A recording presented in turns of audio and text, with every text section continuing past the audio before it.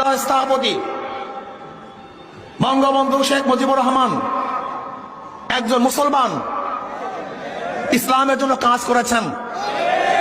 আর নাস্তিক পন্থীরা মনে করে শেখ সাহেব একজন সেকুলার, নাস্তিক, কমিউনিস্ট, তিনি ইসলামের বিপক্ষে কাজ করেছেন।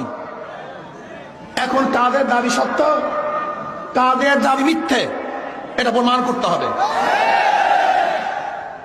প্রথম শেখ সাহেবকে, তিনি জনাব শেখ মুজিবুর রহমান, তেনার বাবা শেখ লুৎফর রহমান, লুৎফর রহমানের বাবা শেখ আব্দুল হামিদ, শেখ আব্দুল হামিদের বাবা একরামউদ্দিন, শেখ একরামউদ্দিনের বাবা শেখ বুরহানুদ্দিন, শেখ বুরহানুদ্দিন